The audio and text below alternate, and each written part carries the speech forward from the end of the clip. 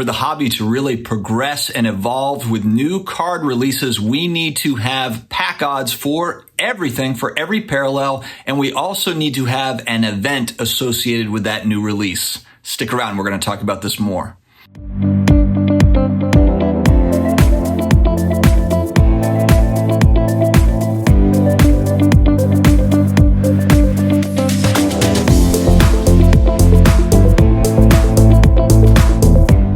Hello to all my sports card collectors, investors, all of my collectibles friends. We are back again. It is another day. It is another card video. I hope that you all are having an amazing day. How's everybody doing? I feel pretty good too.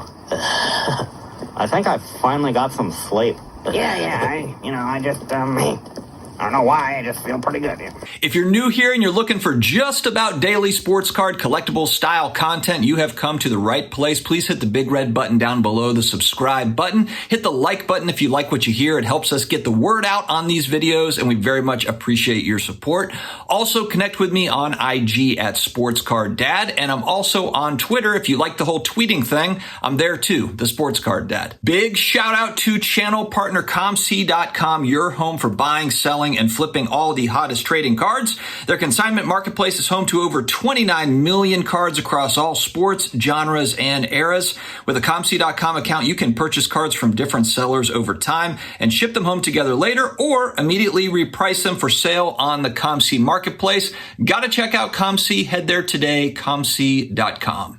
All right, guys, I've been thinking more and more about this lately, over the last few weeks, really, just with a lot of the new releases coming out and with Fanatics taking over and just the thought of moving forward as our industry is evolving. We've got Industry Summit going on. Hopefully, these are the types of conversations that are being had. Frankly, I don't think that, the status quo is really going to cut it moving forward if we're going to keep kind of this sort of interest. If we're going to have hobby boxes that are starting at $500, $1,000, $1,500, $2,000 plus, there is going to be higher expectations for this stuff, in my opinion. And one thing that I think is absolutely necessary, I like the idea of print runs for everything. Have a print run so that we know what's what. But the one thing I really like, though, more than that, are pack odds for everything, so that we have an idea of when a new product comes out, what are the pack odds for certain parallels and certain inserts and all of this stuff. Because a lot of times, too, you're watching a break and you see kind of this insert being pulled. If it's not numbered, or even if it is numbered,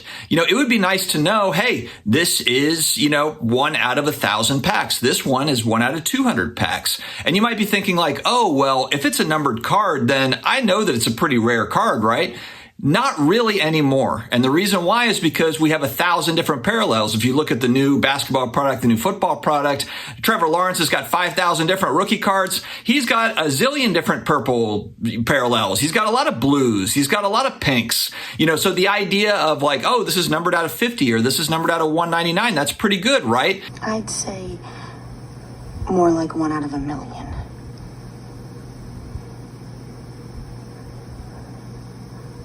Not really, because we don't know what sort of pack odds we've got. So pack odds would really help when we're watching breaks, and for breakers too. I think it'd be awesome if, something gets pulled and they're able to say, oh man, this is 1 out of 775 packs, as opposed to just being like, boom, Trevor Lawrence, numbered out of 15, banger. They don't know what the hell they're looking at most of the time, and we don't know what the hell they're looking at too. Is that a good card? How many bangers does Trevor Lawrence have? 1 million? So that's my point. I mean, we really need to break it down. I've been collecting Stranger Things cards, and Stranger Things Season 2, going to 2019 Topps product, they break down pack odds for the inserts, but also the autos, all the numbered stuff as well. So you know that if you get an unnumbered auto, it's 1 out of 216 packs. If you get a blue auto, it's 1 out of 4,000 packs, let's just say, or whatever. And they've got it kind of down the line. Now, granted, there's not as many parallels. So, you've got blue numbered out of 10, you've got green numbered out of 50, purple out of 25, and you've got orange out of 99, and then unnumbered.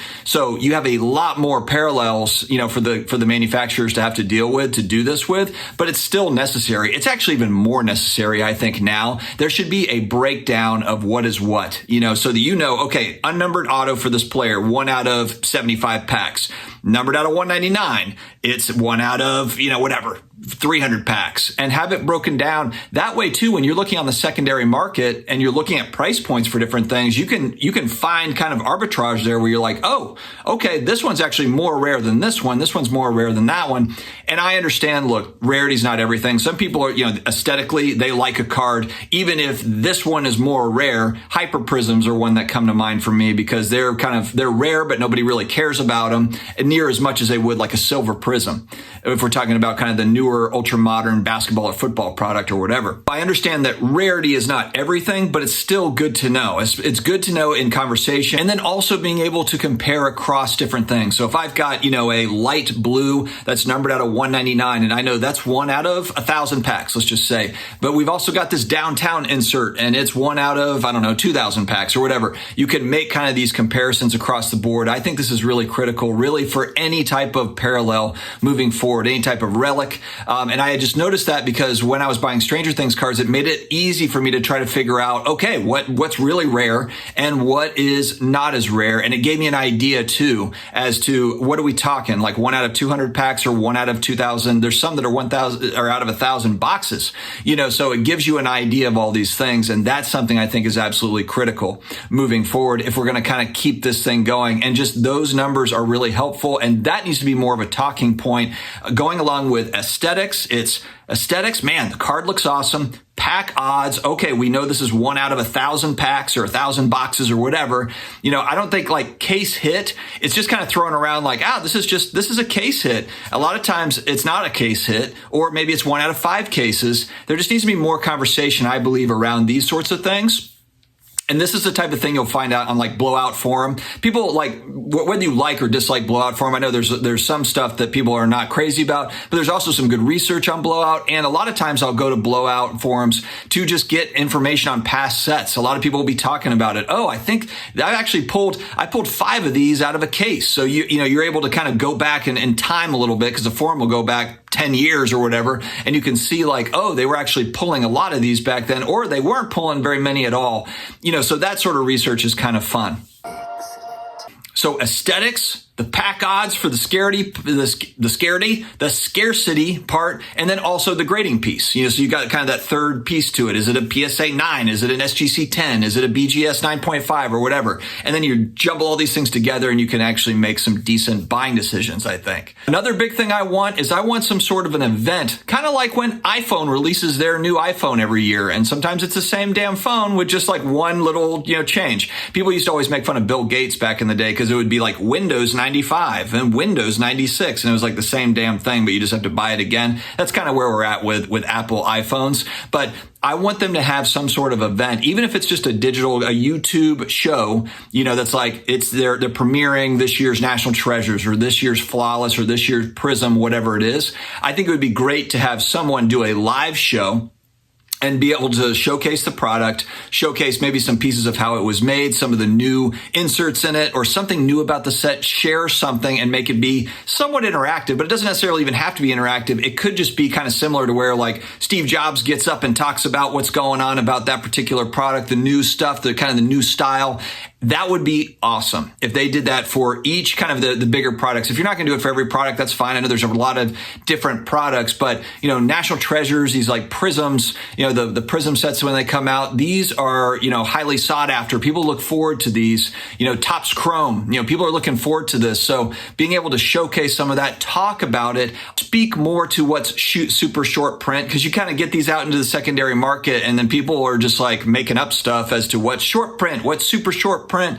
It would be kind of nice for the manufacturer to come out and say like, hey, actually a lot of these got damaged, when we were manufacturing them. So they are super short prints. I think it would be fun. I think those events would be something that people are really looking forward to, as opposed to just having to try to find this stuff. I love using Cardboard Connection and Beckett.com, to look at these kind of the checklists as they come out, but having something in video form that is from the actual manufacturer, I think would be awesome to just give more light on what's going on, as opposed to kind kind of it happening on the secondary side, whereas it's like someone like me or somebody from Beckett, writing about it or whatever. It'd be great to have someone that is actually at the manufacturer speaking about the new products as they come out. I think they would be attended very well, and I also think that they would be very useful looking back. There's all sorts of great information on YouTube, and this could be something where the manufacturer, they make these event videos 5 years down the road. I'm looking back at 2022 product, and I can look at that YouTube event, that event that they did, and I can be like, oh, okay, that's actually really cool. I didn't know that about this set or whatever. It'd just be very good for education. I would like to see some more education direct from the manufacturer. So Fanatics, if you are listening with the Topps product, if you happen to be acquiring Panini or not or whatever, or Panini, if you're listening, whatever, some sort of event, more education pushed out on what's what with your new products. I would very much appreciate it, and I think that other hobbyists would as well. Guys, let me know your thoughts in the comments. I know we've talked about it. There's a lot of people that have said like, hey, would be great to see print runs on everything, or just an idea of like, hey, just let us know like you printed, a million plus of this. You don't have to give us an exact number, but hey, this is a 5 million plus product, whatever. Print runs would be great. I think just transparency. Print runs, pack odds, that sort of stuff, because it's also fun for the hobbyist as well. It's fun for me to be able to say like, okay, this is really cool. I'm watching this break and I know this is 1 out of 500 packs, or this is 1 out of 2,000 packs. The whole case hit thing, I know that sometimes that's brought out in breaks. I just don't think there's enough of it. I want to see more of it, especially not just on the like 1 of 1 logo man, but also on the other stuff. Oh, this is numbered out of 199. What is it? How rare is it? Let's talk about the actual hits as opposed to just, oh, we got a big hit and it's going to so-and-so and we're moving on. Well, what the hell was it? Is it really that rare? I want to know more about it. All right, guys, let me know your thoughts in the comments. Have a great rest of your day. Stay healthy, stay awesome, and I will talk to you again later.